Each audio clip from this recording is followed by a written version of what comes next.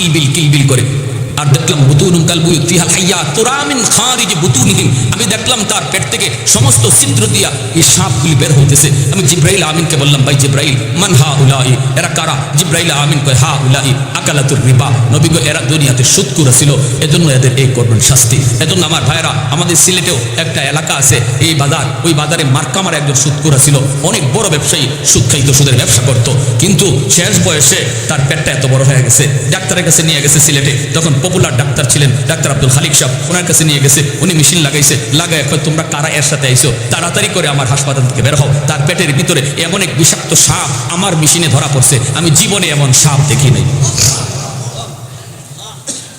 এখান থেকে লইয়া মাদ্রাজ যাওয়া হয়েছে, ভারতের মাদ্রাজের ডাক্তারও বলছে এই সাপ বের করার মতো ক্ষমতা আমাদেরও নাই, তাড়াতাড়ি বাড়ি যাও। তার বাড়িতে আনা হয়েছে, পেটের ভিতরে সাপ লইয়াই তার মরণ হয়েছে। আমার দাদারা এখনো সাক্ষী আছে, যারা নিজের চোখে যারা দেখছে, পেটের সাপ লইয়াই তার মরণ হয়েছে। আল্লাহ নবী কয় মরণের পরে তার জাহান্নামী শাস্তি হইব, আল্লাহ দুনিয়াতে নগদ দেখাইয়া দিচ্ছে। যারা সুদ খাইতেছ, পেটের ভিতরে সাপ ঢুকাইতেছ, বিষাক্ত সাপ ঢুকাইতেছ, বিষাক্ত সাপ। পুরা ঘরের হিসাবটা তুমি একা দিবা, সুদের টাকায় যা মানাইছো, যা কামাই করেছো, সম্পূর্ণ কামাইয়ের হিসাবটা তুমি একা দিবা। বুক করবে 10 জন, হিসাব দিবে একা, ঠিক কিনা জোরে কর। পুরা ঘরের মধ্যে কি সুদ করে একা থাকে না এক রুমে থাকে? এক রুমে থাকে, আরো 5 রুমে 10 রুমে ভাই বোন মা বাবা পাড়া প্রতিবেশী আত্মীয় স্বজন আসলে থাকে, কিন্তু আল্লাহ পুরা ঘরের হিসাবটা নিব তার কাছ থেকে একা। হে থাকছে এক রুমে, হিসাব দিব 10 রুমের, পাতিলের ভাত খাইছে 2 প্লেট আর হিসাব দিব 10 প্লেটের। এতটুকু বুঝার পরেও যে মানুষ ঘরে হারাম ঢুকাবে, এর মতো আহাম্মক, এর মতো বুকা, এর মতো নির্বুধ আল্লাহর জমিনে আর কেউ নাই, ঠিক কিনা জোরে কর। আমার নবী, রহমতের নবী, মায়ার নবী আলী রাদিয়াল্লাহু তাআলা আনহুকে নিয়ে তিনি এক রাস্তা দিয়ে যাইতেছেন, হঠাৎ করে খাসাইসুল কুবরা নামক কিতাবের ভিতরে আল্লামা জালালউদ্দিন সুয়ুতি রহমাতুল্লাহি আলাইহি তিনি লিখেন, আল্লাহর নবী, রহমতের নবী আলী রাদিয়াল্লাহু তাআলা আনহুকে নিয়ে মদিনার পাশে একটা এলাকা দিয়ে যাইতেছেন। ওই এলাকার মানুষগুলি, ওই বস্তির মানুষগুলি সবাই ছিল ইহুদি। নবী যখন যাইতেছেন, একজন মুসলমান দৌড় দিয়ে আসলো, আয়েশা বলতেছে ইয়া রাসূলুল্লাহ, ইয়া হাবিবাল্লাহ, আমি বড় বেকায়দায় পড়ে গেছি গো নবী, আমি বড় বেকায়দায় পড়ে গেছি। নবী কয় কেমন বেকায়দা বলো? কই আমার এলাকার সবগুলি মানুষ ইহুদি, আমি একা শুধু মুসলমান। অভাব যায় না, দুর্ভিক্ষ যায় না, আমাদের ঘরে ঘরে অভাব। আমি তাদের সবাইকে বললাম তোমরা কালেমা পড়ে মুসলমান হয়ে যাও। অভাব যিনি দেয়, অভাব তিনি সরায়। বলুন তো অভাব দেয় কে? আবার অভাব সরায় কে? সুখে রাখে কে? আবার দুঃখ বিপদে ফেলায় কে? বিপদ থেকে উদ্ধার করে কে? আরেকটু জোরে, নাকি দয়াল বাবা? কোন দয়াল বাবা? বিপদ থেকে উদ্ধার করে দয়াল বাবা, কিবলা বাবা, খাজা বাবা, জটাশা, ল্যাংটাশা, কোনো বাবাই পারে না। বিপদ থেকে উদ্ধার করার মালিক একমাত্র কে? ওই মুসলমান ডাক দেয়া কই ইয়া রাসূলুল্লাহ, ওগো নবীজি আমি বড় বিপদ, এমন বিপদে পড়েছি, আমি সবাইকে বললাম তোমরা কালেমা পড়ে মুসলমান হয়ে যাও, আল্লাহ তোমাদের বিপদ দূর করে দিবে। নবী গো আমার কথায় সবাই তারা কালেমা পড়ে মুসলমান হয়েছে, কিন্তু বিপদ দূর হলো না, অভাব তো দূর হলো না, আমাদের অভাব তো গেল না। এখন তো ওরা সবাই আমাকে চাপ দিয়া বসছে, এই মিয়া তোমার কথায় আমরা মুসলমান হয়েছি, আমাদের অভাব তো গেল না, অভাব তো গেল না, এখন কি করব? তুমি তাড়াতাড়ি করে আমাদের অভাব দূর করো, আমাদের পেটে খানার ব্যবস্থা করো, কারণ তোমার কথায় কালেমা পড়ে মুসলমান হয়েছি, যদি তুমি আমাদের খানার ব্যবস্থা করতে না পারো তাহলে আমরা আবার ইহুদি ধর্মে ঢুকে যাব, আবার আমরা ইহুদি ধর্ম গ্রহণ করব। ওগো নবীজি আমি বড় একজন গরিব মানুষ, আমার নিজেরই তো পেট চলে না, আমার নিজেরই তো সংসার চলে না, আমি তো আমার বাচ্চা কাচ্চা নিয়ে বড় কষ্টে আছি, আমি কেমন করে গ্রামের মানুষকে সাহায্য করব, খানা কেমন করে দিব? ওগো নবীজি একটু বলুন এখন আমি কি করি? আল্লাহর নবী রহমতের নবী কয় আলী রে, ও আলী বলো না বাইতুল মালে কোনো খাবার আসেনি, বাইতুল মালে কিছু আসেনি এদেরকে সাহায্য করার মতো? আলী রাদিয়াল্লাহু তাআলা আনহু তিনি হলেন বাইতুল মালের ম্যানেজার। তিনি বলেন ইয়া রাসূলুল্লাহ এই মুহূর্তে খেজুর পাকার টাইম না, খেজুরও জমা হয় নাই, বাইতুল মাল একদম খালি, দেওয়ার মতো কিছুই নাই। আল্লাহর নবী নিজেও টেনশনে পড়ে গেলেন, করবেন কি মায়ার নবী, কেমন করে নবী সাহায্য করবেন, টেনশনে পড়ে গেলেন। বলুন তো দেখি, মুমিন মুসলমান ইমানদার তারেও আল্লাহ পাক মাঝে মাঝে বিপদ আপদ অভাব দিয়া পরীক্ষা নিতে পারেনি না পারে না? وَلَنَبْلُوَنَّكُمْ بِشَيْءٍ مِّنَ الْخَوْفِ وَالْجُوعِ وَنَقْصٍ مِّنَ الْأَمْوَالِ وَالْأَنفُسِ وَالثَّمَرَاتِ وَبَشِّرِ الصَّابِرِينَ।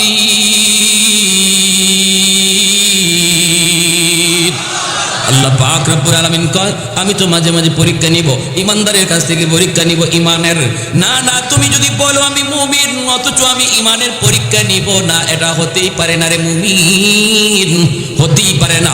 তুমি বলবা আমি মুমিন অথচ ইমানের পরীক্ষা আল্লাহ নিবে না। আহাসিবান নাসু আন ইউতরাকু আন ইয়াকুলু আমান্না ওয়া হুম লা ইফতানুন। আল্লাহ কয়, যখনই তুমি বলবা আমি মুমিন, সাথে সাথে ইমানের পরীক্ষা আসবেই আসবে। হয় কারো ইমানের পরীক্ষা আসবে সহজ, কারো জন্য ইমানের পরীক্ষা আসবে কঠিন, কারো উপরে পরীক্ষা আসবে একবার, কারো উপরে পরীক্ষা আসবে দুইবার, কারো উপরে পরীক্ষা আসবে বারবার বারবার। ইমান যার যত মজবুত তার পরীক্ষা তত কঠিন, ঠিক না? নবী পয়গম্বরগণ, আল্লাহর নবী, আম্বিয়ায়ে কেরাম, তাদের ইমান যত মজবুত, বিগুণের উপরে ইমানের পরীক্ষাটাও ছিল তত কঠিন। সাহাবায়ে কেরামের ইমান মজবুত, তাই পরীক্ষাও ছিল কঠিন, ঠিক না? আরো জোরে ঠিক না? এজন্য হতাশ হওয়া যাবে না রে আল্লাহর গোলাম। আজ আল্লাহ তোমাকে বিপদে ফেলাইছে, কাল এই মালিকে তোমাকে উদ্ধার করবে। বিপদে পইরা মসজিদ ছাড়া যাবে না, বিপদে পইরা নামাজ ভোলা যাবে না, বিপদে পইরা আল্লাহকে ভোলা যাবে না, কারণ যিনি বিপদে ফেলাইছেন ইনি আবার তোমাকে উদ্ধার করবে, ঠিক না? সুখে আছে যে আল্লাহ তার সুখে রাইখা ইমানের পরীক্ষা নেয়, বিপদে আছে যে আল্লাহ তার বিপদে ফেলাইয়া পরীক্ষা নেয়। যে মানুষটা সুখে আছে তার কাছ থেকে পরীক্ষা নেয় সে শুকরিয়া আদায় করে কিনা, আর যে অভাবে আছে তারে আল্লাহ অভাবে রাইখে পরীক্ষা নেয় সে সবর করে কিনা। জোরে বল সুবহানাল্লাহ। লোকটা ডাক দিয়া কই, ইয়া রাসূলুল্লাহ, ইয়া হাবিবাল্লাহ, ওগো নবীজি, এখন আমি কি করব? আমি এখন কি জবাব তাদেরকে দিব? আমার তো জবাব দেওয়ার কোনো পথ নাই গো নবী। এইবার মায়ার নবী চিন্তায় পড়ে গেলেন, কি করবেন নবী, কেমন করে তাদেরকে তিনি খানার ব্যবস্থা করবেন, তাদের পেটে কেমন করে নবী খাবার দিবেন। ওই অবস্থায় দেখা গেল একজন ইহুদি ধনাঢ্য একজন মানুষ, অনেক ধনী একজন মানুষ আইসা ডাক দেয়া কয়, মুহাম্মদ, এই মুহূর্তে আমি তোমাকে সাহায্য করব। ইহুদি একজন দাঁড়াইছে। আল্লাহর নবী কয়, কেমন করে সাহায্য করবা? কয়, আমার অনেকগুলি স্বর্ণ মুদ্রা আছে, আমি তোমাকে আমার গর্ভ দিয়ে এক একটা স্বর্ণ মুদ্রা দেওয়ার মতো 40 মিসকাল স্বর্ণ মুদ্রা দিতে পারবো। এতেই আমাদের এলাকার মানুষ ভরপুর তারা খানা পেয়ে যাবে, আমি দিতে পারবো। আল্লাহর নবী বলেন, কোন কোন কারণে তুমি দিবা? কয়, শর্ত আছে একটা। শর্ত একটা? কয় কি? ইহুদি কয়, শর্ত হলো যখন খেজুর পাকবে আমাকে 40 মণ খেজুর দেওয়া লাগবে, 40 মণ খেজুর দেওয়া লাগবে। আল্লাহর নবী বলেন, ঠিক আছে, আমি কথা দিলাম, খেজুর যখন পাকবে 40 মণ খেজুর তোমাকে দেওয়া হবে বাইতুল মাল থেকে। এই মুহূর্তে আমার প্রয়োজন 40 মিসকাল স্বর্ণ মুদ্রা। লোকটাই কয়, ঠিক আছে, আমি দিলাম। সময় কতদিন? নবী বলেন, তুমি বলো কতদিন? কয়, 3 মাস। কয় মাস? 3 মাসে কয়দিন হয়? জোরে কোন কয়দিন হয়? 90 দিনের জন্য। 90 দিনের জন্য আল্লাহর নবী 40 মিসকাল স্বর্ণ মুদ্রা নিয়ে নিলেন, এলাকার মানুষের ভিতরে নবী বন্টন করে দিলেন। এরপরে মায়ার নবী তিনি বাড়িতে চলে গেলেন। এইদিকে ভাইরে শুনে, দিন যায় রাত যায়, 1 মাস 2 মাস 3 মাস হইতে আরো 3 দিন বাকি আছে, 90 দিন পার হইতে আরো 3 দিন বাকি আছে। 3 দিন বাকি থাকতে মায়ার নবী এই রাস্তা দিয়ে একদিন যাইতেছেন। নবীর সাথে ওই দিন আলী নন, ওই দিন নবীর সাথে হলেন হযরত ওমর ফারুক রাদিয়াল্লাহু তাআলা আনহু। আল্লাহর নবী ওমর ফারুককে নিয়ে এই রাস্তা দিয়ে যাওয়ার প্রতি লোকটায় রাস্তা আটকায়া দিল। ওই ইহুদি লোকটায় নবী রাস্তা আটকায়া দিল, আটকায়া বলতেছে, মুহাম্মদ, আমার খেজুর দাও, আমার খেজুর তুমি তাড়াতাড়ি দাও, 40 মণ খেজুর। আল্লাহর নবী বলে, ভাই তোমার খেজুরের কথা আমার মনে আছে, আমি ভুলে যাই নাই, তবে টাইম আরো 3 দিন, আরো 3 দিন পরেই তোমার খেজুর তোমার ঘরে পৌঁছে যাবে, আনতে হবে না, তবে টাইম বাকি আছে আরো 3 দিন। ইহুদি ডাক দিয়া কয়, মুহাম্মদ 3 দিন 4 দিন বুঝি না, এখন দিতে হবে। নাউজুবিল্লাহ, জোরে কোন তো দেখি এই আচরণটা হের ভালো না খারাপ? ওর কথা মতোই আরো 3 দিন বাকি আছে। আল্লাহ নবীও বলতেছেন আরো 3 দিন বাকি আছে, তারপরে তোমার খেজুর ঘরে পৌঁছে যাবে। হ্যাঁ, এটা মানতে রাজি না। কয় রাখো তোমার 3 দিন 4 দিন, আমার খেজুর এখন লাগবে, এখন। এই কথা কইয়া আরো বিভিন্ন কথা কইতেছে। কয় তোমার জবানে ঠিক নাই, তোমার বাপেরও ঠিক নাই, তোমার দাদারও ঠিক নাই। নাউজুবিল্লাহ, জোরে। আল্লাহ নবীর খেপানোর জন্য, নবীর গুসা তোলার জন্য।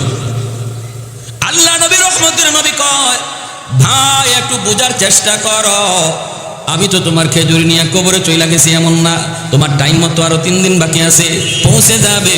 আমি তোমার খেজুর তোমার বাড়িতে পৌঁছাবো। কই পৌঁছানো লাগবে না, এখন চাই এখন।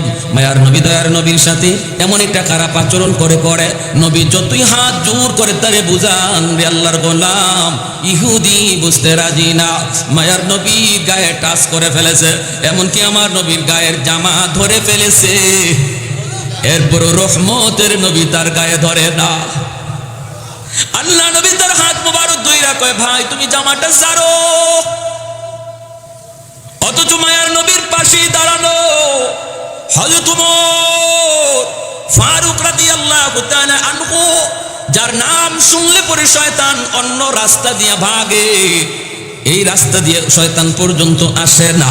এত গরম সাহাবী ওমর। বরং তো ওমর নরম না গরম? আরেকটু জোরে, নরম না গরম? খালি গরম না বেশি গরম? হযরত ওমর এত গরম, নাম শুনলেই দুশমনের কলিজা কাঁপতো। হযরত ওমর এত গরম, এত গরম, যেদিন তিনি কালেমা পড়ে মুসলমান হয়েছিলেন ওই দিন তিনি নবীকে বলেছিলেন, মায়ার নবী গো, আজ থেকে কালেমার দাওয়াত আর গোপনে গোপনে নয়, আজ থেকে কালেমার দাওয়াত হবে প্রকাশ্যে, কারণ আজ ওমর মুসলমান হয়েছে। ওমর ডাক দিয়া কই, ইয়া রাসূলুল্লাহ, ওগো নবীজি, নামাজ কোথায় পড়তে আপনার মন চায়? মায়ার নবী নামাজ পড়েন লুকায় লুকাইয়া, ঘরে ঘরে লুকায় লুকায় নামাজ পড়েন। ওমর মুসলমান হইয়াই কয়, নবী গো, নামাজ কোথায় পড়তে মন চায় গো নবী? আল্লাহর নবী কয়, ওমর রে, নামাজ পড়তে মন চায় আল্লাহর ঘর বাইতুল্লাহর সামনে, কিন্তু ভয়, আমরা মাত্র 40 জন মুসলমান হয়েছি। ওমরকে লইয়া 40 জন, এর আগে ছিল 39 জন, এমন 40 জন মানুষ আমরা বাইতুল্লাহর সামনে গিয়া কেমন করে নামাজ পড়ব? হযরত ওমর বলতেছেন, ইয়া রাসূলুল্লাহ, আমি তো কালেমা পড়ে মুসলমান হয়েছি এখন, কিন্তু অন্তরে ইমানের নূর ঢুকছে আরো আগে। নবী বলে, কোন দিন? বলে, নবী গো, যেই দিন আমি গিয়েছিলাম আপনাকে যারা পাগল পাগল কয়া ডাকে, ওই পাগল দেখার জন্য আমি আপনার কাছে গিয়েছিলাম। যায়া দেখি আপনি নামাজ আদায় করেন, আমি আপনার পিছনে দাঁড়ায় রইছি, ওই অবস্থায় শুনতেছি আপনি কোরআন তেলাওয়াত করেন নামাজের ভিতরে। তাহা মা আনজালনা আলাইকাল কুরআনা লিতাশকা, এত সুন্দর কোরআন তেলাওয়াত শুই না আমি ওমর মনে মনে ভাবতেছিলাম, এটা তো মানুষের কোনো কালাম নয়। ওমর তিনি কয়, নবী গো, আমি মনে মনে ভাবতেছিলাম আপনি পাগল নন, এত সুন্দর কথা যে কয় সে পাগল নয়। মনে হয়েছে আপনি বহুত বড় একজন সাহিত্যিক, সাহিত্যের জ্ঞান আপনার রয়েছে, কিন্তু অন্তরে কল্পনা করে করে এই কথা মনে মনে ভাবছি, সাথে সাথে শুনি আপনি নামাজের মধ্যে আমার মনের কথার জবাব দিতেছেন। সুবহানাল্লাহ। আপনি কোন আমাদের মধ্যে মনের কথার জবাব দিয়া দিছেন? না না, এটা কোনো কবির কবিতা নয়, কোন সাহিত্যিকের সাহিত্য নয়, এটা রব্বুল আলামিনের কালাম। এইবার আমি মনে মনে ভাবছিলাম, তাহলে তো মুহাম্মদ মস্ত বড় লোক, মনের খবরও তিনি জানে। তখন দেখি আমার মনের এই কথার জবাবও আপনি নামাজে দিতেছেন। তখনই আমি মনে মনে ভাবলাম, আবু জাহেল যা কয় মিথ্যা কয়, আল্লাহু আকবার। উতবা সাহেবা যা কয় মিথ্যা কয়, মোহাম্মদ পাগল নন, জাদুকর নন, কবি নন, তিনি কোন সাহিত্যিক নন, ইনি আল্লাহর রসুল। ওই দিনই আমার অন্তরে ইমানের নূর ঢুকে গেছে। আজ আমি আপনার হাতে হাত রেখে কালেমা পড়েছি গো নবী, আমি ওমরের আর মৃত্যুর কোনো ভয় নাই। এখন যদি আমি মারাও যাই আমার আফসোস নাই। অতএব আজ থেকে নামাজ আর ঘরে ঘরে নয়, লুকায়া লুকায়া নয়, আজ থেকে নামাজ হবে আল্লাহর ঘর বাইতুল্লাহর সামনে, মক্কার কাফেরদের সামনে।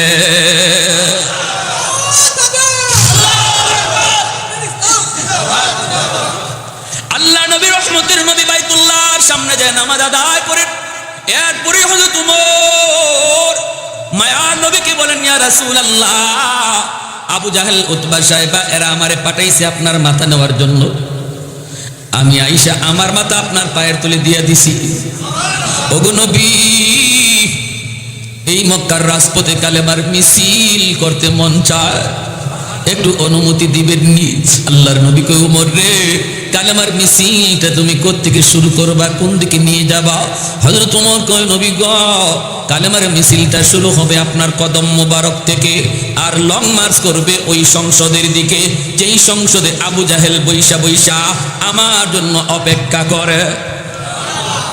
আল্লাহ নবী রহমতের নবী মায়ার নবী কয়, ঠিক আছে ওমর, আমি নবী তোমারে অনুমতি দিয়া দিলাম। মক্কার রাজপথে মিছিল শুরু হয়ে গেল, কালেমার মিছিল শুরু হয়ে গেল। মাত্র 40 জন। আমার নবীর চাচা আমিরে হামজা, তিনিও মুসলমান হয়েছেন। ওমর আর আমিরে হামজা, এই দুইজন হলেন মিছিলের আগে। আল্লাহু আকবার জোরে বলুন।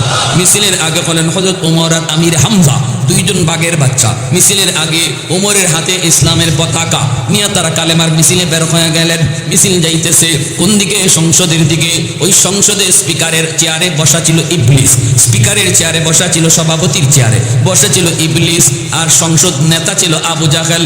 আল্লাহর নবীর এই কালেমার মিছিল নিয়ে যখন ওমর সামনের দিকে আগায়, হঠাৎ করে আবু জাহেলের কানে আসলো আওয়াজ।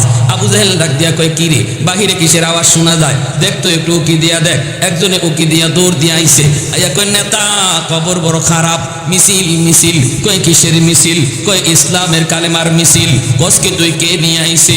কয়, মিছিলের আগে উমর রে দেখা যাইতেছে। আবু জাহেল কয়, কস কি তোরা? ওমর কি মুহাম্মদের কল্লা লই আইতেছে নাকি? পাঠাইছে তো নবীর কল্লা আনার লাগে। ঘটনা জানেন না আপনারা? পাঠাইছিল কি আনার জন্য? আবু জাহেল কয়, তাহলে কি মুহাম্মদের কল্লা নিয়ে আইতেছে? চেলা, ওই চেলায় কয়, না উস্তাদ, মুহাম্মদের কল্লা তো আনে নাই, কিন্তু মিছিলের নমুনায় মনে হইতেছে আপনার কল্লাটা নেওয়ার লাগে আইতেছে। আল্লাহু আকবার জোরে বলুন। কিন্তু মিছিলের নমুনায় কয় আপনার কল্লাটা নেওয়ার জন্য আসতেছে। এই কথা বলতে আবু জাহেল কয়, কোস কি? পিছনের দিকে তাকাইছে আবু জাহেল সভাপতির চেয়ারের দিকে, ইবলিস যে বসা। শাইখে নজদ পরিচয় দিছে, আমি নজ থেকে আসছি, একজন মুরব্বী মানুষ, তোমরা আমারে তোমাদের মিটিংয়ে রাখো, আমরা বয়স্ক তো, আমাদের অভিজ্ঞতা বেশি, আমাদের পরামর্শ কাজে লাগবো। আবু জাহেল কহ, আপনি বয়স্ক মানুষ, তা আজকে আপনিই সভাপতি। ইবলিস বয়স্ক মানুষের সুরত দইরা এর সভাপতির চেয়ারে বসছে। আবু জাহেল পিছনের দিকে তাকাইছে, কয়, দেখি সভাপতি কই? দেখে চেয়ার খালি। চেয়ার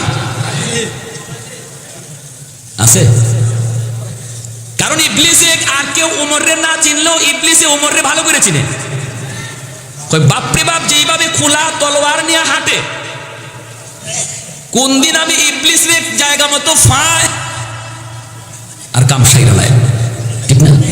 এজন্য বাইরা বন্ধুরা, এত গরম একজন সাহাবী ওমর আমার নবীর পাশেই দাঁড়ায় রইছেন। ওই অবস্থায় মায়ার নবীর সাথে বেয়াদবি করে এই ইহুদি। আল্লাহ নবী রহমতের নবী, তিনি ইহুদিরে যত বুঝান, ইহুদি বুঝ মানতে মাজরাজি না। আল্লাহর নবীর জামা মোবারক ধরে ফেলেছে, এইভাবে নবীর জামাটা ধরে ফেলেছে। তখন ওমর পাশে দাঁড়ায় রইছেন। ওমর এত গরম একজন সাহাবী, গরমে তিনি কাঁপতেছেন, গুসায় তিনি ফুলে গেছেন, চেহারা মোবারক লাল হয়ে গেছে, তলোয়ার হাতের মধ্যেই আছে। ওমর জীবনে কোনোদিন কোনো জায়গায় এত ধৈর্য ধরেন নাই। এই জায়গায় ওমর যতটা ধৈর্য ধরছেন, কারণ রহমতের নবী নিজে এখানে হাজির। আমার নবীর অনুমতি ছাড়া ওমর কিছু করতে পারে না। সুবহানাল্লাহ, সুবহানাল্লাহ। কৌনাইনে মুখতার খোদা তুমকো বানায়া, कौनैन मुख्तार खुदा तुमको बनाया, उम्मत का निगाहबान खुदा तुमको बनाया, उम्मत का निगाहबान खुदा तुमको बनाया। मौला मेरा आका मेरा रहमत की नबी है, ताजदार मदीना है तो माह अरबी है, ताजदार मदीना है तो माह अरबी है। अशजार ने देते हैं नबूवत के शहादात, तशकीक कमर में है तो अंगुल की इशारा। एक तो जोरे से रखुन अल्लाहु अकबर। उमर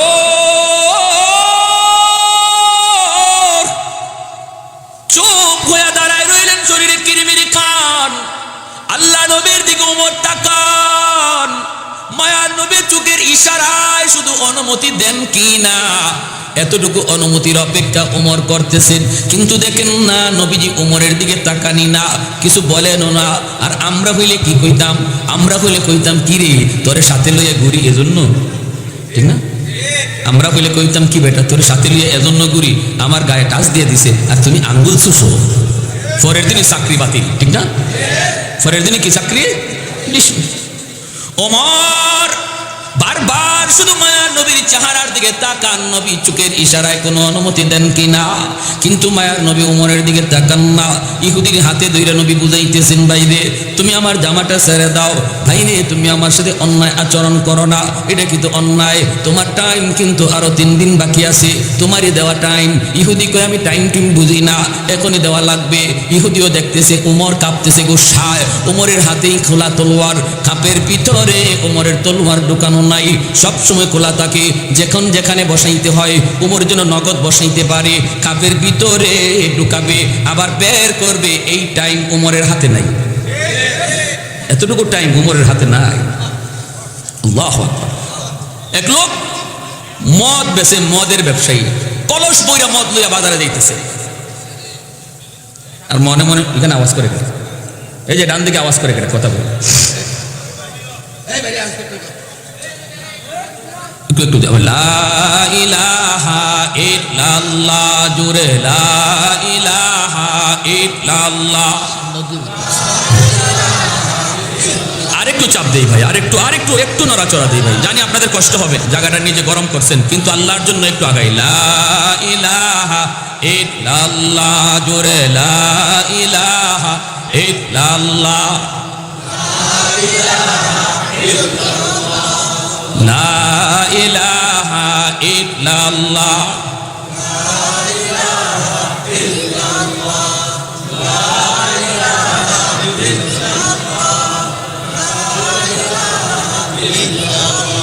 আল্লাহু রাব্বুনা মুহাম্মদ নবিয়ুনা, ঠিক না? রব আমাদেরকে, নবী আমাদের মুহাম্মদুর রাসূল। আল্লাহু রাব্বুনা মুহাম্মদ নবিয়ুনা, নাহনু নুতিউহুমা নাহনু নুতিউহুমা নাহনু কুল্লুন হিজবুল্লাহ, লা ইলাহা ইল্লাল্লাহ ওয়াতাসিম বিহাবলিল্লাহ মুজাহিদ ফি দীনিল্লাহ, লা ইলাহা ইল্লাল্লাহ, লা ইলাহা ইল্লাল্লাহ, লা ইলাহা ইল্লাল্লাহ, লা ইলাহা ইল্লাল্লাহ,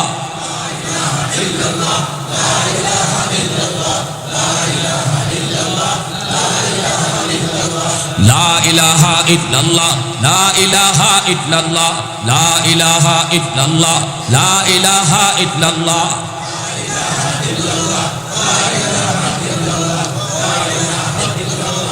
লা ইলাহা ইল্লাল্লাহ মুহাম্মাদুর রাসূলুল্লাহ। জোরে সুরে বলি সাল্লাল্লাহু আলাইহি ওয়াসাল্লাম। লোকটা মদের কলস নিয়ে রওনা দিয়েছে, মনে মনে কই মালিক সবার সামনে তুমি আমারে যদি ফালাও, উমরের সামনে আমারে ফালাইও না। কলসের ভিতরে মদ নিয়ে বাজারে ছুটছে মদ বিক্রি করার জন্য। লোকটা মদ খাইতো, মদের ব্যবসা করতো, যাইতেছে, কিন্তু হঠাৎ করে তাকায় দেখে যেখানে বাঘের ভয়, বাকিটা আপনারা এই গানই রাইতে হয়, যেখানে বাঘের ভয় সেখানে রাত। যেই উমরের ভয়ে ভয়ে রাস্তার কিনারা কিনারা দিয়া সে যাইতেছে আর কয় মালিক দুনিয়ার সব মানুষে আমার সামনে ফালাইও, উমরের সামনে ফালাইও না। কিন্তু হঠাৎ করে দেখে উমর ওই দিক দিয়ে আসতেছে, দেখা মাত্রই তার কলিজায় আর পানি নাই, কারণ উমরের হাতে তো তলোয়ার থাকে সবসময় খোলা। দেখা মাত্রই কলিজায় পানি নাই, যাইতেছে আর কই মালিক গো ইডে কি হইল? ও মালিক আমার সামনে তো আমি দেখতেছি মানুষ রূপে আজরাইল, ঠিক না? ও মালিক আমার উমরের হাত থেকে বাঁচাও, উমরের হাত থেকে তুমি আমাকে বাঁচাও। এই বইলা রাস্তা কিনারা দিয়া দিয়া যাইতেছে আর মনে মনে কো আল্লাহ কোন রকম আমার এই জায়গাটা পাস করায় দাও, উমরে আমারে না দেখে কোন রকম আমি পাস হয়ে যাই। নানি দেখে ডাকনি না দেয়, ডাকনি না দেয়, কিন্তু না না যা হবার তা হয়ে গেল। কাছাকাছি যাইতে ওমর কয় দাঁড়াও। কি বুঝেন এই সময় আর আছে পানি আছে? তোমার কাছে গিয়ে কেছেন কলসে কি কয়? কলসে যদি কয় মদ এখানে কবর, যদি কয় মদ তাহলে বিপদ বিপদ। এখন কি কইব শরীর কাঁপতেছে, টোট টুকায় আসছে, মুখ শুকায় গেছে। কেমনে কয় কলসের ভিতরে মদ, কলসের ভিতরে মদ? না না বাঁচতে হবে, কয় কলসের ভিতরে দুধ। মনে মনে কয় মালিক এতটুকুর পরিণী উমর আমারে সাইরা দেয়, দেখতেনি না চায়, কিন্তু না যা হবার তা হলো। উমর কয় কলসের ঢাকনা সরাও, দুধ নাকি অন্য কিছু দেখতে হবে। এখন কলসের ঢাকনা সরাইবার জন্য যখন হাত বাড়ায়, হাতটা এইভাবে কাঁপতেছে, বডিটা কাঁপতেছে, আর চোখ থেকে দর দর করে পানি ফালায়। এখন মালিক তওবা করার জন্য চেয়ারম্যানের কাছে যাইতে হয় না, তওবার জন্য মুখ দিয়ে আওয়াজ করেও কথা বলতে হয় না, তওবার জন্য ইমাম সাহেবের হাতও ধরা লাগে না, তওবার জন্য পয়সাও খরচ করা লাগে না। তওবা তো অন্তরের বিষয় গো মালিক। ও মালিক তুমি আমার অন্তরের দিকে তাকাও, আমি জীবনের জন্য তওবা করলাম, আমি আর জীবনে মদের ব্যবসা করবো না। আজকের মতো উমরের হাত থেকে তুমি আমারে বাঁচাও মালিক, আমি তোমার কাছে আমার জীবন ভিক্ষা চাই। আল্লাহ তুমি ছাড়া এই মুহূর্তে বাঁচাইবার আর কোনো কেউ নাই, কোনো উপায় নাই। এই বইলে দিলে দিলে যখন তওবা করছে রে যুবক, আল্লাহ ওই মদের ব্যবসায়ীর তওবাকে আল্লাহ কবুল করে নিছে। যেই মাত্র ঢাকনাটা উঠাইছে, আল্লাহু আকবার আল্লাহু আকবার, হযরত উমর তাকায়, লোকটা নিজেও তাকায়, দেখে কলস ভরা মদ আল্লাহ দুধ বানায় দিছে। আরেকটু জোরে সুবহানাল্লাহ। আল্লাহু আকবার। আহাদুন লাইসা কামিসলি সামাদুন লাইসা কাফাদলি লিমানিল মুলকু তুগুই তু সাদাওয়ার খুদাই তো খুদা বন্দে আমি নি তো খুদা বন্দে ইয়াসারি তো খুদা বন্দে জামি নি তো খুদা বন্দে সামাই তু রহিমি তু করিমি তু সামিঈ তু বাসিরি তু মুইদ্দি তু মুদিল্লি তু মালিকিল আরশি বাজাই বরি আজ ফুরদন অখুফতন বরি আজ তুহমতে মরদান বরি আজ বিম উমিদি বরি আজ রঞ্জ বালাই। এত গরম এত গরম এত গরম সাহাবী ওমর আমার নবীর পাশে দাঁড়ায় দাঁড়ায় দেখতেছেন, কিন্তু কিছু করতে পারেন না গো, কারণ মায়ার নবী স্বয়ং এখানে হাজির। নবীর অনুমতি ছাড়া ওমর কিছু করতে পারে?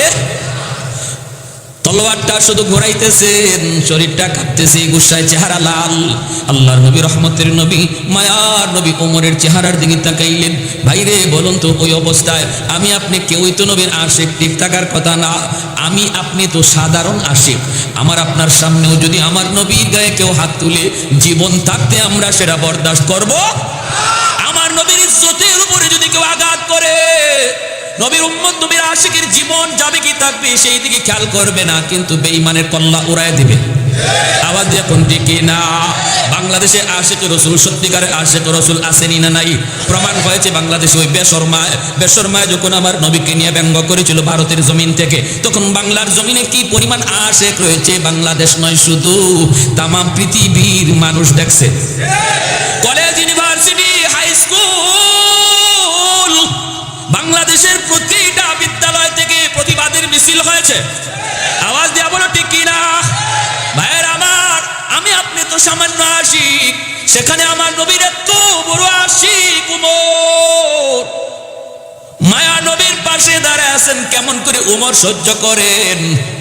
ওমর রাদিয়াল্লাহু তাআলা আনহুর জীবনের সবচেয়ে বড় ধৈর্যের জায়গা ছিল ওই জায়গাটা, যেই জায়গায় ওমর দেখতেছেন নবীর সাথে বেয়াদবি করে, এরপরও কিছু করতে পারেন না, কারণ আমার মায়ার নবী অনুমতি দেন না। ওয়া ইন্নাকা লাআলা খুলুকিন আযীম। এজন্যই আল্লাহ কয়, বন্ধু আমি তোমাকে খুলুকে আযীমের অধিকারী করেছি। আল্লাহর নবী, রহমতের নবী, হঠাৎ করে তিনি ওমরের চেহারার দিকে তাকালেন, তাকায় দেখেন হযরত ওমরের চেহারা লাল হয়ে গেছে, গুসায় চেহারা লাল হয়ে গেছে, বডিটা ফুলে গেছে, চোখগুলা বড় বড় হয়ে গেছে, চোখ দিয়া ওমরের দরদর করে পানি পড়তেছে, গুসার আগুন ধরতেছে চোখ দিয়া। হযরত ওমরের দিকে তাকায় মায়ার নবী হঠাৎ করে ওমরের চেহারার দিকে তাকায় নবী কয়, ওমর। সুবহানাল্লাহ।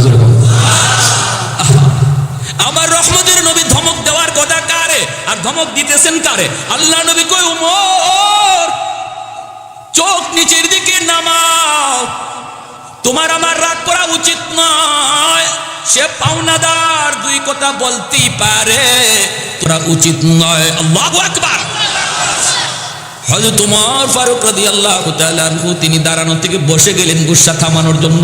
আল্লাহু আকবার। আর চোখ থেকে দর দর করে পানি পড়ে, আর কই মনে মনে কই, মায়ার নবী গো, ওগো আমার রহমতের নবী, আল্লাহ আপনারে কেমন ধৈর্য দিয়া দুনিয়া পাঠাইছে, কেমন ধৈর্যটা দিয়ে আল্লাহ আপনারে পাঠাইছে গো নবী। আমি ওমর সহ্য করতে পারলাম না। মায়ার নবীর সামনে ওমর দাঁড়ানো থেকে বসে তিনি গুসারে হজম করার চেষ্টা করেন। ওই অবস্থায় মায়ার নবী, দয়ার নবী কয়, ওমর সে পাওনাদার, দুই কথা বলতেই পারে, পাওনাদার দুই কথা বললে রাগ করা যায় না, পাওনাদার দুই কথা বললে, পাওনাদার দুই কথা বললে রাগ করা যায় না, এটা উচিত না ভাইরে। এজন্য আমাদের সমাজও খেয়াল রাখবেন, পাওনাদার যদি দুই কথা বলেও আপনি হজম করতে হবে, এটা পাওনাদার বলতেই পারে, এটা আমার নবীর আখলাক। পাওনাদারের সাথে চোখ রাঙ্গাইয়া কথা বলা যাবে না। যখন ঠিক কিনা? আমি সময় মতো দিতে পারতেছি না, এটা তো আমার অপরাধ। সে যদি দুই কথা বলে ধৈর্য ধরতে হবে। আমার নবী তো সময় মতো না, বরং অন্যায়ভাবে নবীর সাথে আচরণ করতেছে পাওনাদার, এরপরেও নবী পাওনাদার হওয়ার কারণে কোনো কথা বলেন না।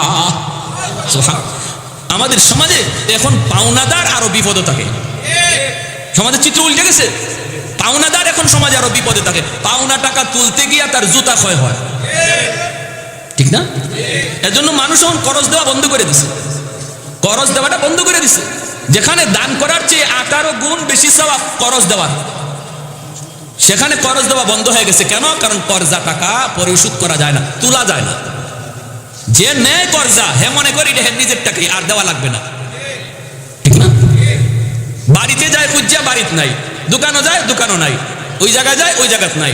বাড়ির যদি থাকেও ঘরে কয়, ছেলেরা কয়, আব্বা ঘুমাই রয়েছে, আব্বা ঘুমাই রয়েছে।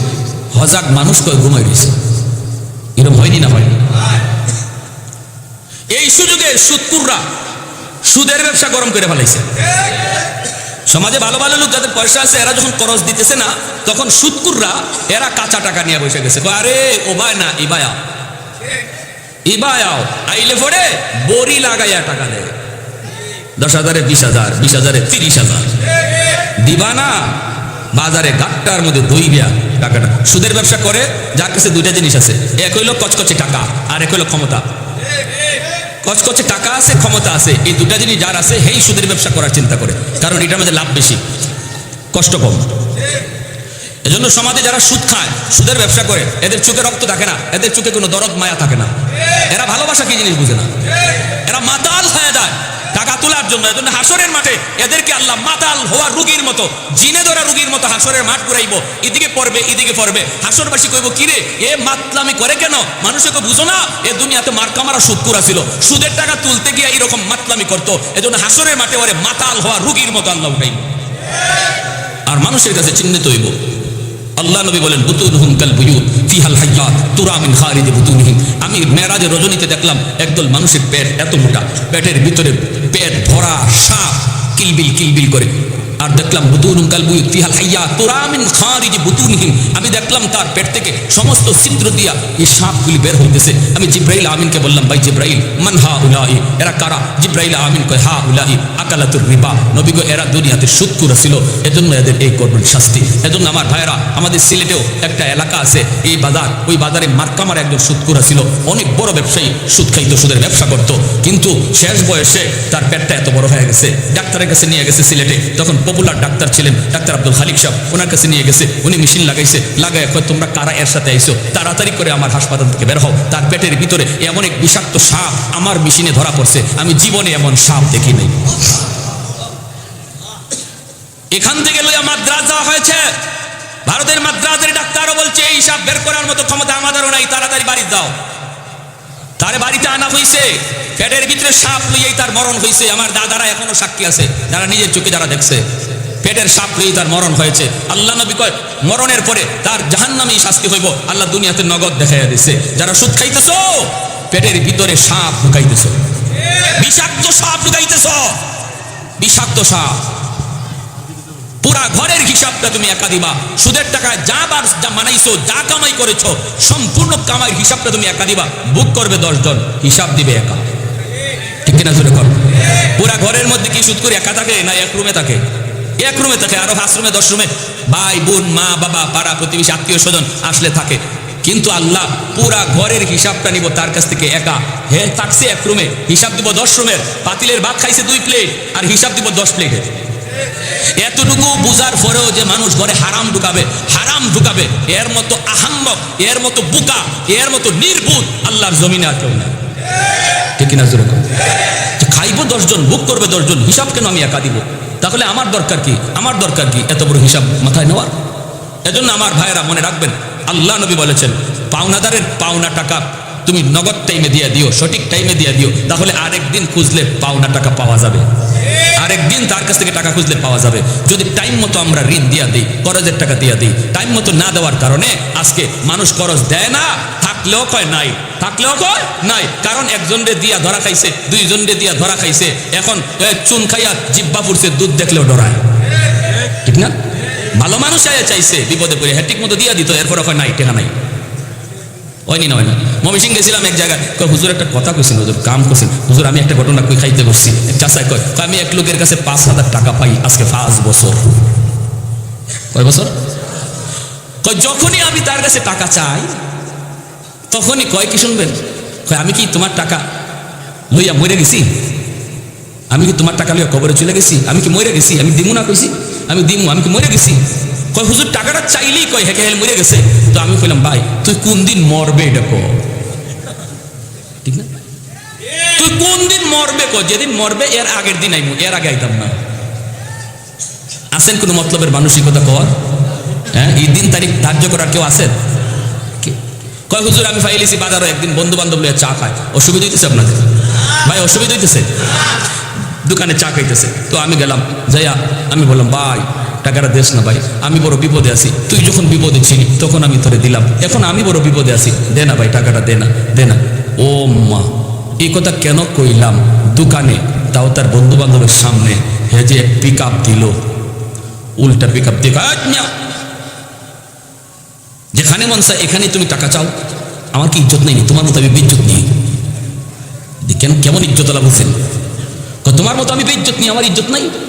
আমার দোকানে মানুষের সামনে তুমি টাকা চাইতেছো? আমি কইলাম ভাই আমি তোর কোথায় গিয়ে তোর কাছে টাকা চাই এটা প্রশ্ন, তুই বাড়িতে গেলে তুই কস ঘুমাই রইছ, জিগাইলে কস তুই কি মরে গেছো, তো এখন আমি কর্মটা কি? তুই ক না কোথায় গেলে তোর কাছে আমি টাকা পাইব? আরেকবার কথা পারে এই কথা কইতেই তার বন্ধু বান্ধব যারা আসছিল চা খাওয়াত, এরা হাত ঠিকই তো, তুমি যেখানে মন চাই এখানে টাকা চাইতেছো, এটা একটা আমরা বন্ধু বান্ধব একসাথে বলে চা খাইতেছি, এটা কি তোমার টাকা চাওয়ার জায়গা হইলো? হয়তো ভাই আমি তো পাই না, কি আমি ভবিষ্যৎ কথা কই না, চরম অন্যায় করেছো, চরম অন্যায়, ওই সব এক দলে চরম অন্যায় করেছো। তো হয় হুজুর আমি কইলাম ভাই তো অন্যায় তো হয়ে গেছে, এখন এই অন্যায়ের মাসুল কেমনে? এটা কয় মাসুল জরিমানা দিতে হবে, জরিমানা কত? জরিমানা কেমনে কি? আমাদের প্রত্যেকের 4 বিল দেও 250 টাকা। 5,000 টাকা আমার পাওনা টাকা চাইতে গিয়া 250 টাকা জরিমানা। এই যদি হয় আমাদের সমাজের চিত্র, তাহলে মানুষ আর কর্জা দিবে?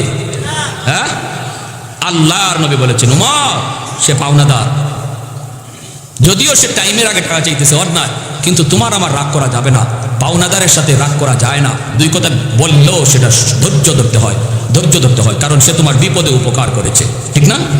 সে তোমার বিপদে উপকার করেছে। উমর চুপচাপ দাঁড়ায় রইলেন, কিছুই বলেন না, কথা বলতে পারেন না উমর। এরপরে মায়ার নবী ডাক দেখো, উমর এখনই তুমি যাও, যাওয়ার আগে আমি নবীর কানে কানে একটা কথা তুমি শুনে যাও রে উমর। এই বইলা মায়ার নবী কানটা কাছে আইনা কানে কানে বলতেছেন, উমর রে যাও, এখনই তারে 40 মণ খেজুর তুমি দিয়ে দিবা, কিন্তু দেবার সময় আরো 10 খেজুর বেশি দিও। হযরত উমর ডাক দেয়া বলেন, নবী গো 10 বেশি কেন দিব আল্লাহর নবী? নবী বলে, উমর রে বেশি দিবা কারণ হলো তুমি তার দিকে লাল চোখে যে তাকাইছো, তুমি যে গুসা করেছো, রাগ করেছো, এর জরিমানা হলো 10। উমর চুপ হয়ে গেলেন, কথা নাই। লোকটারে নিয়ে তিনি বাড়ির দিকে রওনা দিলেন। আও তোমার খেজুর তুমি নিয়ে যাও। বাইতুল মালের সামনে এসে উমর বাইতুল মালের ভিতরে তিনি ঢুকলেন, ঢুকে তিনি দিতেছেন খেজুর। 100 200 নয়, 40 মণ খেজুর তারে দিবেন। দেওয়ার সময় তিনি 10 খেজুর তারে বেশি দিলেন। সাথে সাথে লোকটা কয়, ওমর রে 10 খেজুর আবার বেশি কেন দিলা? আমি তো বুঝি নাই কেন 10 বেশি দিতেছ। ওমর কয়, তুমি আর কথা বাড়ায় না, কথা বাড়ায় কোনো লাভ নাই, এই মুহূর্তে তোমাকে যা দিতেছি তুমি নিয়ে চলে যাও, কথা বাড়ায় কোনো লাভ নাই। কয় না, আমার বুঝতে হবে 10 খেজুর কেন তুমি আমাকে বেশি দিতেছ। ওমর তখন তিনি মাথাটা নিচের দিকে দিয়া কই, রে ভাই শুন, আজ তুই আমার মায়ার নবীর সাথে যে আচরণটা করছো, আমি ওমরকে তুমি ভালো করে চিনোনি? কয়, ভালো করে চিনি। শুধু চিনো তা না, ভালো করে চিনোনি? কই, চিনছি। এত গরম আমি ওমর। আজ যদি মায়ার নবী এই জায়গায় না থাকতেন, কোন মুসলমানের সাথে তোমার এই আচরণ হইতো, আর আমি ওমর যদি কাছে থাকতাম, তাহলে বর্তমানে তোমার ঠিকানা জমিনের উপরে নয়, জমিনের নিচে হইতো। কিন্তু এরপরও আমি কিছু করতে পারলাম না, কারণ রহমতের নবী মায়ার নবী এখানে হাজির। আমার নবী অনুমতি দেন নাই, বরং আমাকে ধমক দিলেন। ধমক দেওয়ার কথা ছিল তোমাকে, কিন্তু ধমকটা নবী দিলেন আমাকে। আর কানে কানে নবী বলে দিলেন, ওমর দেবার সময় তুমি তারে 10 খেজুর বেশি দিও। আমি নবীকে জিজ্ঞেস করেছিলাম, নবী গো বেশি কেন দেব? আল্লাহর নবী বলেন, আমি যে তোমার দিকে চোখ লাল করে তাকাইছি, এর জরিমানা হলো 10।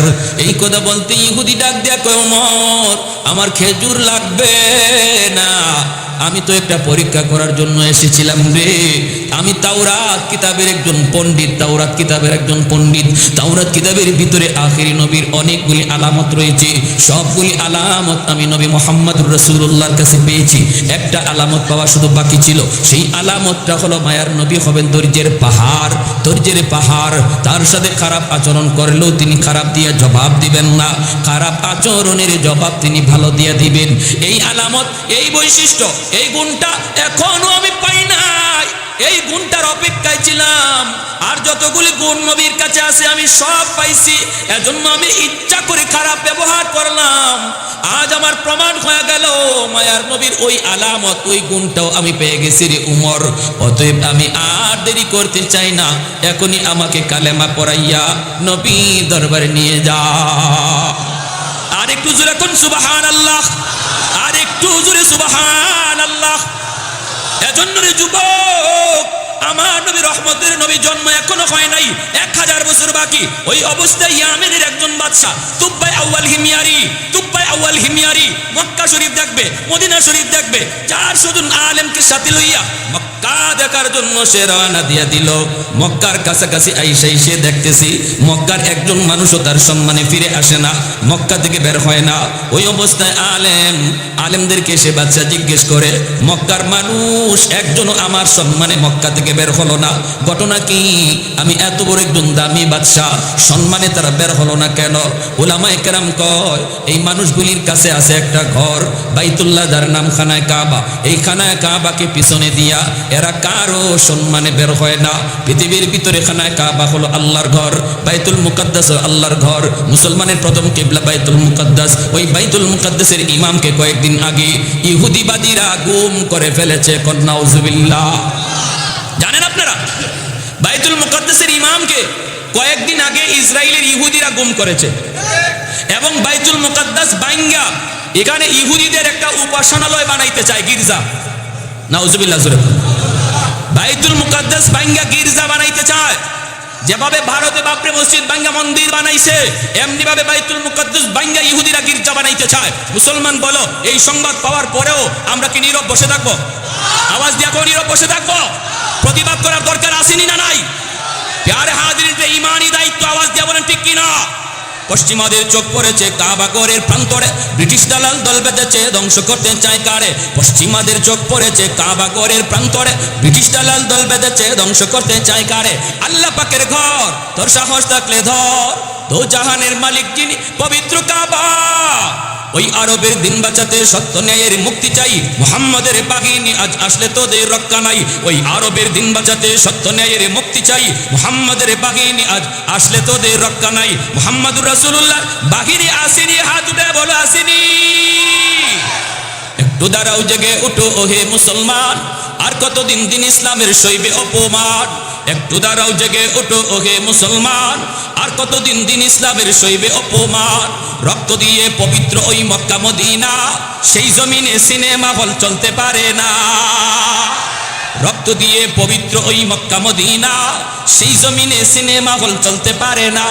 নূর মক্কার ইসলাম, তার থাকলো কি আর দাম, বন্দিশালায় তাকে যদি কাবার ইমাম। ওই আরবের দিন বাঁচাতে সত্য ন্যায়ের মুক্তি চাই, মুহাম্মাদের বাহিনী আজ আসলে তোদের রক্ষা নাই। ওই আরবের দিন বাঁচাতে সত্য ন্যায়ের মুক্তি চাই, মুহাম্মাদের বাহিনী আজ আসলে তোদের রক্ষা নাই। পশ্চিমাদের চোখ পড়েছে কাবা ঘরের প্রান্তরে, ব্রিটিশ দালাল দল বেঁধেছে ধ্বংস করতে চায় কারে। আল্লাহ পাকের ঘর, তোর সাহস থাকলে ধর, ঠিক না ঠিক না ঠিক না? আল্লাহ পাকের ঘর, তোর সাহস থাকলে ধর, দো জাহানের মালিক যিনি পবিত্র কাবা। ওই আরবের দিন বাঁচাতে সত্য ন্যায়ের মুক্তি চাই, মুহাম্মাদের বাহিনী আজ আসলে তোদের রক্ষা নাই। মুহাম্মাদুর রাসূলুল্লাহর বাহিনী আসেনি, হাত উঠে বলো আসেনি।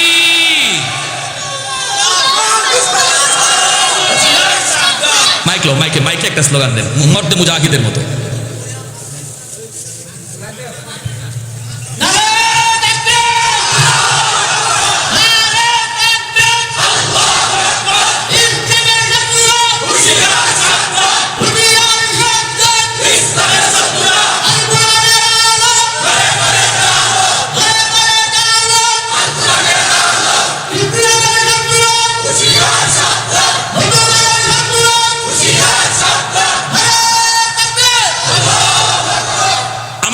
বন্ধুরা, ওই নবীর আখলাক আপনাদের এই মাদ্রাসায় শেখানো হইতেছে, আপনার বাচ্চাগুলির, ঠিক না? এই আখলাকটাই শেখানো হইতেছে, এই আখলাক, এই আদর্শই শেখানো হইতেছে, যে আদর্শের দ্বারা একটা জাহিলি সমাজ আলোকিত সমাজ হয়েছে, ঠিক কিনা? আরো জোরে ঠিক কিনা?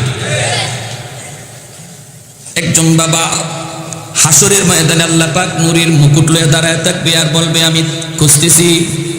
নবীর বাবা যায় দাঁড়াবে, এরপর আল্লাহ বলবে, আমি তোমাকে চাই না, তোমাকে চাই না, তোমাকে খুঁজি না। ওলির বাপ মা যায় হাজির হবে, আল্লাহ বলবেন তোমাকেও না। হাসরবাসী দেখবে আল্লাহ কারে যেন খুঁজতেছে, কাকে আল্লাহ খুঁজতেছে কেউ বুঝে না, কেউ বুঝে না। হঠাৎ করে একজন হাফিজ সাহেবের আব্বা, হাফিজ সাহেবের আম্মা যায় আল্লাহর সামনে হাজির হয়ে কয়, মালিক আমি তো ওই হাফেজে কোরআনের বাবা, আমি তো ওই হাফেজে কোরআনের মা, আমি তো ওই মুফতি সাহেবের মা, আমি তো ওই মুফতি সাহেবের আব্বা। রব্বুল আলামিন বলবে, আজ হাসরের ময়দানে আমি আল্লাহ তোমাকে খুঁজতেছি। যেরকম সুবহানাল্লাহ। দুনিয়ার জমিনে তোমার সন্তানের মাথায় পাগড়ি পরায় তার উস্তাদ, এলাকার মানুষ তার মাথায় পাগড়ি পরায় দেয়, কিন্তু আমি আল্লাহর নজর ছিল ওই দিন তোমরা বাপ মার মাথায়, তোমাদের দিকে নজর। দুনিয়ার মানুষ চলতেছিল একদিকে স্রোতের তালে তালে, স্কুল কলেজ ভার্সিটির দিকে, তুমি স্রোতের উল্টা দিকে চলতেছিলা। আমি আল্লাহকে খুশি করার জন্য ওই দিন কিন্তু আমি তোমাদের চেহারার দিকে নজর করছি। আমি ছিলাম আমার আব্বার একমাত্র সন্তান, যারে আব্বা মাদ্রাসায় দিয়েছেন। আমরা 3 ভাই 1 বোন, বাকি 3টা ভাই বোন জেনারেল শিক্ষায় শিক্ষিত। আমার চাচারা অনেক বড় বড় ইঞ্জিনিয়ার, অনেক বড় বড় প্রফেসর। আমার ছোট ভাইটা ইমিডিয়েট, ছোট ভাইটা আইন মন্ত্রণালয়ের উপসচিব, রানিং উপসচিব, সবাই জেনারেল শিক্ষায় শিক্ষিত। আমার আব্বা যখন আমাকে মাদ্রাসায় দেন, মাদ্রাসায় দেন। আমার চাচারা আমার আব্বারে বাধা দিয়েছে, না না পোলাটারে মাদ্রাসায় দিও না, অনেক ব্রেন অনেক মেধা, প্রাইমারি স্কুলে বৃত্তি পেয়েছে। এরপর আমার আব্বা বলছে না না আমি মাদ্রাসায় দিব। কয় মাদ্রাসায় দিলে পরে মাদ্রাসায় গিয়ে করবো কি, জীবন চালাবো কেমন করে, বউ ফালবে কেমন করে, বাচ্চা কাচ্চারা খাওয়াবে কেমন করে। আব্বা বলেছিলেন উলামায়ে কেরামের জবানে শুনেছি মানুষ সৃষ্টির আগেই আল্লাহ রিজিকের ব্যবস্থা করে। সুবহানাল্লাহ। অতএব আমার সন্তান কেমন করে জীবন চালাবে, কেমন করে সংসার চালাবে আমার টেনশন নাই। চাচারা আমারে জিজ্ঞেস করলেন বাবা মাদ্রাসায় পড়বা না স্কুলে পড়বা? আমি বললাম আমি মাদ্রাসায় পড়বো। আল্লাহু আকবার জোরে বলেন। ভাইয়েরা বন্ধুদের জন্য বলি, আমার আব্বা আমাকে মাদ্রাসায় দিয়া ঠকেন নাই রে বাবা, আমার আব্বা মাদ্রাসায় দিয়া ঠকেন নাই। যদিও আমার ভাই এত বড় সচিব, এরপরও আমার ভাইরে কিন্তু এত মানুষে চিনে না, এত মানুষে তার জন্য দোয়া করে না যতটা আমাকে চিনে আমার জন্য দোয়া করে। আমার ভাই যদিও একজন আলহামদুলিল্লাহ সৎ একজন অফিসার, পিছনের জীবনে তার কোনো লালকালি নেই, কিন্তু এরপরও ইজ্জত সম্মান আল্লাহ পাক তার চেয়েও দুনিয়াতেই আমাকে আল্লাহ অনেক বেশি দিছে। ঠিক কিনা জুড়ে খা। আপনি কেন মন খারাপ করেন? আপনি কেন মন খারাপ করেন? আপনি কেন করেন না? হাসরের ময়দানে আল্লাহ আপনারে ডাক দিব, ও মুফতি সাহেবের আব্বা, ও হাফেজ সাহেবের আব্বা, ও ইমাম সাহেবের আম্মা। দুনিয়ার জগৎ মানুষ আপনাকে যেই নামে ডাক দিয়েছে, হাসরের মাঠে আল্লাহ আপনাকে ওই নামেই ডাক দিবে। যেরকম সুবহানাল্লাহ। আল্লাহ কইব আসো আমি তোমার জন্য আজকে পাগড়ি আমি নিজে পরাবো। হাসরের মাঠে একজন আলেমের বাপ মার মাথায় পাগড়ি পরায় দিবে আল্লাহ নিজের হাতে। সন্তানের মাথায় পাগড়ি পরাইছে তার উস্তাদ, এলাকার মানুষ, কিন্তু বাপ মার মাথায় পাগড়ি পরাইবেন আল্লাহ নিজের হাতে। সুবহানাল্লাহ। আর একটু যেরকম সুবহানাল্লাহ। ভাইরা বন্ধুরা এরপরে শুনেন, এখানেই শেষ নয়, এখানেই শেষ নয় রে ভাই। হাসরের মাঠে যখন একজন আলেম একজন হাফেজ জান্নাতের দিকে রওনা দেয়, হঠাৎ করে কয় মালিক আমি জান্নাতে যাবো না, আমার বাপ মা সারা আমি জান্নাতে যাবো না। আল্লাহ বলবেন যাও তার বাপ মারে জাহান্নাম থেকে তুইলা আনো। কোনো কারণে যদি তার বাপ মা জাহান্নামী হয়, আল্লাহ বলবেন যাও জাহান্নাম থেকে তুইলা আনো। জাহান্নাম থেকে তার বাপ মারে তুইলা আনার পর এইবার তার দাদা দাদি তার নানা নানি তার বাপ মারে ধরব, তুইরা কইব বাবারা তোমরা তো তোমাদের সন্তানের সুপারিশে জান্নাত পাওয়া গেছ, কিন্তু আমরাও তো দাদা, আমরাও তো নানা নানি, আমরাও তো আমাদের ভাইটারে কম মায়া করি নাই। বেড়াইতে আসছে নানা বাড়িতে, আমি নানা কাদের মধ্যে লইয়া কত জায়গায় করলাম, কত কিছু খাওয়াইলাম। নানিও এই কথা কইব, যাই একটু কইও আমাদের নাতিটারে একটু সুপারিশ যেন করে। তার বাপ মা জাহান্নাম থেকে উঠে আসার পর বাপ মারে নিয়ে যখন জান্নাতের দিকে রওনা দেয়, কিছু দূর যাবার পর বাপ মা থেমে যায়। তখন সন্তানে কয় আব্বা থামছো কেন, জান্নাতে চলো। বাবা মায় কয় তুমি যদি তোমার বাপ মা ছাড়া জান্নাতে না যাও, আমরাও আমাদের বাপ মা ছাড়া জান্নাতে যাইবো না। তখন আল্লাহ কইব যাও তার দাদা দাদিরও তুইলা আনো, আমার কোরআনের পাখির সুপারিশের খাতিরে তার দাদা দাদি নানা নানিরে তুইলা আনো। দাদা দাদি নানা নানিরে তুইলা আনার সময় এলাকার মানুষেরা তাদেরকে ধরবো, দইরা কইব বাইরে তোমরা তো মুক্তি পাওয়া গেছো তোমাদের নাতির সুপারিশে, কিন্তু আমরা তো ওই এলাকার মানুষ, যে এলাকার মানুষগুলি ওই মাদ্রাসারে মায়া করছি, তোমার নাতিটারে খাওয়াইবার ব্যবস্থা করছি, লেখাপড়ার ব্যবস্থা করে দিছি, বসার পরিবেশ তৈরি করে দিছি, আমরা তারে মায়া করছি। আমরা যদি তার সহযোগিতা না করতাম তাহলে তো সে হাফেজ হইতে পারতো না। তোমরা যা একটু কইও আমরা বড় বিপদে আছি জাহান্নামে। এই কথা বলার পর সে বলবে মালিক যেই মানুষগুলির সহযোগিতায় আমি আলেম হয়েছি, ওই মানুষগুলি ছাড়া আমি জান্নাতে যাইবো না। আল্লাহর নবী রহমতের নবী বলেন জাহান্নাম থেকে ওই মানুষগুলির তুইলা না হয়, দুইটা সারিতে দাঁড় করানো হয়, এর ভিতরে একজন করে পরিচয় দেয়। একজনে কয় হুজুর আপনি আমারে চিনছেননি, কে তুমি? কয় আনাল্লাযী সাকাইতুকা মা, আমি আপনাকে এক গ্লাস পানি পান করাইছিলাম। আরেকজনে কইব আনাল্লাযী ওয়াহাবতু লাকা ওযুয়া, আমি আপনাকে এক বদনা ওযুর পানি দিছিলাম। মায়ার নবী বলেন এইভাবে এক একজন এক এক কথা কইতে থাকব। তখন ওই কোরআনের পাখি আল্লাহর কাছে সুপারিশ করে কইব মালিক যেই মানুষগুলির সহযোগিতার কারণে আমি তোমার কোরআনকে সিনায় নিয়েছি, ওই মানুষগুলি ছাড়া আমি জান্নাতে যাইবো না। তখন আল্লাহ পাক রব্বুল আলামিন ফেরেশতাদেরকে কয় যারা আমার কোরআনের পাখিরে চিনতেছে আর সে যাদেরকে চিনতেছে এদের সবাইকে বরযাত্রীর মতো জান্নাতে দিয়ে দাও। এজন্য একজন কোরআনের পাখি সে আলেম যত বড় হবে, আলেম হওয়ার পিছনে যত মানুষের সহযোগিতা থাকবে ওই মানুষগুলির বরযাত্রীর মতো সে জান্নাতে ঢুকবে। হাফেজ সাহেব 10 জন মানুষের সুপারিশ করে নিবে, কিন্তু একজন আলেম কতজন নিবে? মায়ার নবী হাদিসে সংখ্যা বলেন নাই। কোন আলেমের সাথে 1000, কোন আলেমের সাথে 10,000, কোন আলেমের সাথে 10 লক্ষ মানুষও জান্নাতে ঢুকবে বরযাত্রীর মতো। বরযাত্রীরা কেউ কোনোদিন আটকায়? আপনাদের মত্তব এলাকায় বরযাত্রী কেউ আটকায় কোনোদিন? কারণ বিয়ের দিন পাওয়ার তাকে বরের চেয়েও বরযাত্রীর বেশি, ঠিক না? খালি যদি কয় আমি বরযাত্রী, সব সোজা, আর কোনো আওয়াজ নাই। কারণ বিয়ার দিন বর যে সে রুমাল মুখে দিয়ে বসা থাকে, কথা কয় না, খাইলেও আছে না খাইলেও আছে। কিন্তু বরযাত্রী যদি একটু লবণ কম হয়, মরিচ যদি একটু বেশি হয়, তাহলে তুফান উঠে, ঠিক না? ঠিক না? আমার এক দোস্ত গেছিল আমার বিয়াত। দোস্ত তোমার বিয়াত গেলাম, আমার খাইতে দিছে, আমি বসছি, গোস্ত লই আসছে, আমারে দেয় চামচ দিয়া গোস্ত। চামচ দিয়া যখন গোস্ত দেয়, দিলাম একটা ধমক, বেটা তুই আমারে চামচ দিয়ে গোস্ত দেও, আমারে চিনো? আমারে চিনো? আমি কি? আপনি কেটা? কয় আমি ওই যে বসা, ইনি তোমার কি হয়? কই ইনি আমার দুলাভাই। কয় আমি তোমার দুলাভাইয়ের বেস্ট ফ্রেন্ড। কি ফ্রেন্ড? Best friend. একসাথে চলি, একসাথে খাই। কয় যেন কি করতে হইব? কয় চামচ সরাও, বাটি ঢাইলে দাও। বুঝলি? তুমি গোস্ত দাও চামচ দিয়া, আমারে চামচ সরাও মিয়া, গোস্ত ঢাইলে দাও। আমি বললাম দোস্ত এরপরে কি হয়েছে? তো এরপরে আমার গোস্ত ঢাইলে দিছে। আমি কি খাইছো? খাইছি, জনমের খাওয়া খাইছি, এখনো মনে আছে তোমার বিয়াখানা। আমি বললাম তুমি খাইছো একদিন, আমার এখন দোস্ত তুমি তো খাইলা না, দেখলাম খালি রুমাল দিয়ে মুখে বই রইলা, এদিন যে একটা কষ্ট তুমি করলা। আমি কই দোস্ত আমি কষ্ট করছি একদিন, এরপরে আমার বাড়ি আমার কপালো বাসর করে যে একটা থাল রাখছে, হ্যাঁ, এবং একটা আস্তা মুরগি, হ্যাঁ, এগুলা কিন্তু তোমাদের কপালে জুটে নাই, ঠিক না? তোমরা খানা খাইয়াইছো একদিন, আর আমার এই বাড়িতে আজকের থেকে শুরু হয়েছে খানা, আর শেষ নাই। মুরগি বড় যেটা আছে এটাও আমার পেটে যাবে, যেটা চিউ চিউ করে এটাও আমার পেটে যাবে, ঠিক ঠিক না? ঠিক তিনি উলামায়ে কেরাম এই জগতের জন্য বর, মাদ্রাসার যে তালেবে এলেমগুলি এরা এই জগতের জন্য বর, আর এদের উসিলায় আল্লাহ সমস্ত মানব দানব পশু পাখি এরারে বরযাত্রী বানাইয়া আল্লাহ দুনিয়াতে পাঠাইছে। আল্লাহ দুনিয়াতে পাঠাইছে একদিনই এদের খানা, আর যারা ইমানদার উলামায়ে কেরামের সাথে জান্নাতে ঢুকবে এদের খানা শুরু হবে আর শেষ হবে না, ঠিক না? বেঈমানদের খানা দুনিয়া নামক এই একদিনের বিয়ার আসরে, আর আলেম উলামার খানা, ইমানদারের খানা, যারা উলামায়ে কেরামের সাথে জান্নাতে ঢুকবে কোনোদিন শেষ হবে না। অতএব উলামায়ে কেরামকে মহব্বত করা দরকার আছে না নাই? মাদ্রাসাকে ভালোবাসা দরকার আছে না নাই? আপনাদের এলাকার জন্য এই মাদ্রাসা হলো রহমত, ঠিক না?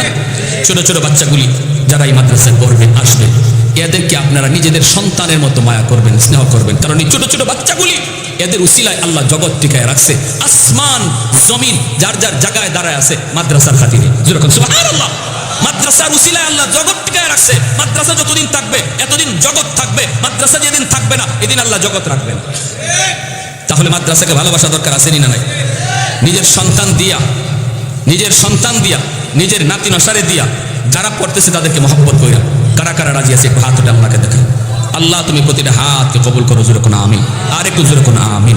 আমার ভাইয়েরা বন্ধুরা, এজন্য বলতেছিলাম দেখেন আজকে যে এই মাদ্রাসা, হ্যাঁ, সামাজিক ফুরকানিয়া, সামাজিক ফুরকানিয়া মাদ্রাসা, হ্যাঁ, ডাকিরগাঁও, এই মাদ্রাসার যারা দায়িত্বশীল, যারা দায়িত্বশীল তারা কিন্তু নিজের পকেট থেকে নিজে মাদ্রাসা চালাবে এমন না, মাদ্রাসাটা এলাকার। দায়িত্বশীল যারা কমিটি যারা তাদের না, ঠিক না? জোরে বলেন ঠিক না? সবার কিনা? সবার কিনা? সবার। আল্লাহর নবী কয় তোমরা বুঝো না, তোমরা বুঝো না যে এই মাদ্রাসার উসিলায় যে আল্লাহ জগৎ টিকায় রাখছে। বুঝে গাছের পাতা, বুঝে জঙ্গলের বাঘ, বুঝে গর্তের পিপিলিকা, পানির নিচের মাছ, এমনকি এই বালির কণাটা পর্যন্ত 24 ঘন্টা মাদ্রাসার জন্য আল্লাহর কাছে দোয়া করে। জোরে কোন সুবহানাল্লাহ। ইন্নাল আলিমা ইস্তাগফিরু লাহু মান ফিল আরদি ওয়া মান ফিস সামা হাত্তাল হিতানু ফি জাওফিল মা। দ্বীনের নবী মায়ের নবী কয় বাগেও এই দোয়া করে, আল্লাহ এই মাদ্রাসার ছাত্রদের হায়াতের ভিতরে বরকত দিও, উলামায়ে কেরাম ঘরে ঘরে তুমি বাড়ায় দিও, ঘরে ঘরে হাফেজে কোরআন তুমি বাড়ায় দিও। আয় আল্লাহ সমাজে সমাজে মাদ্রাসা প্রতিষ্ঠা করে দিও। নবী কয় উম্মতের দল কেন তারা এই দোয়া করে জানুনি?